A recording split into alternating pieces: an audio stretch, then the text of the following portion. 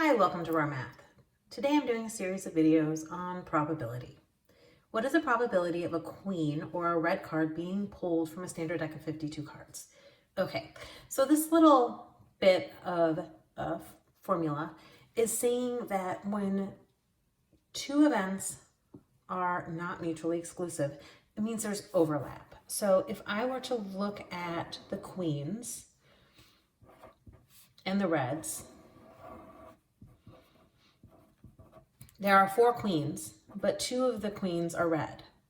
There are 26 reds, but 2 of the 26 reds are queens. So if I were to purely do this with an equation, I would say 4 of my 52 cards are queens and 26 of my 52 cards are red, but 2 of the cards are counted here and 2 of the cards are counted here, which means 2 of the cards are counted twice. So I need to subtract the overlap so that those 2 cards are only counted once, either here or here, not in both places. Those 2 cards can be counted as the queens, they can be counted as the reds, but not both. So I need to subtract off the overlap.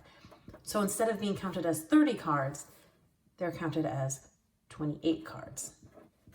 Because if we look here, 2 plus 2 plus 24 is 28. I then reduce my fraction, and I get 7 over 13. All right.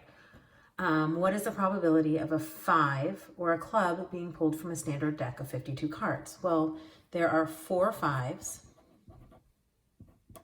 and there are 13 clubs, but one of those clubs is a 5, so we have to subtract off the overlap.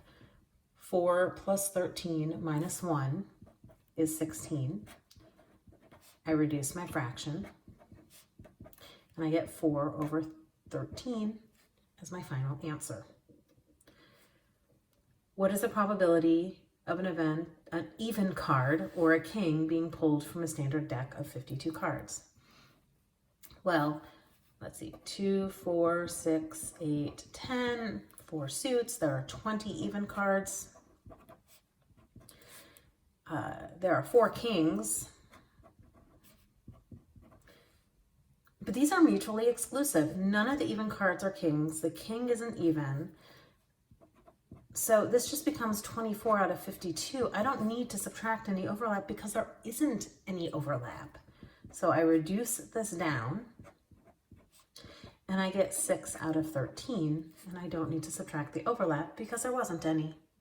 All right, I hope you've enjoyed this video. Please subscribe to my YouTube channel, like my Facebook page, and I'll see you on the next video. Thanks.